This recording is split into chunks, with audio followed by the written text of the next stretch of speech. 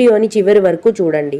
ముందుగా నిన్న అంటే మార్చి 24వ తేదీన తిరుమలలో స్వామివారిని మొత్తం 58,358 మంది భక్తులు దర్శనం చేసుకున్నారు. అందులో స్వామివారికి మొత్తం 27,024 మంది భక్తులు తలనీలాలను సమర్పించారు.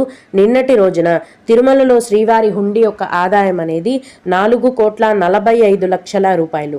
ఈరోజు కూడా ఎటువంటి దర్శనం టికెట్లు లేకుండా నేరుగా భక్తులను ఫ్రీ దర్శనానికి అనుమతిస్తున్నారు. ఈ విధంగా టికెట్స్ లేకుండా నేరుగా వెళ్లే ఫ్రీ దర్శనానికైతే ప్రస్తుతం 18 గంటల సమయం అనేది పడుతోంది. అలాగే తిరుపతిలో ఇచ్చే ఉచిత సర్వదర్శనం టికెట్లను తీసుకొని దర్శనానికి వెళ్లే భక్తులకైతే దర్శనానికి 5 గంటల సమయం పడుతోంది. 300 రూపాయల దర్శనం వారికి మరియు 500 రూపాయల దర్శనం టికెట్లు కలిగి ఉన్న భక్తులకు దర్శనానికి దాదాపుగా 4 గంటల సమయం అనేది పడుతోంది. రోజులాగే ఈ రోజు కూడా చిన్న పిల్లలు సుపదం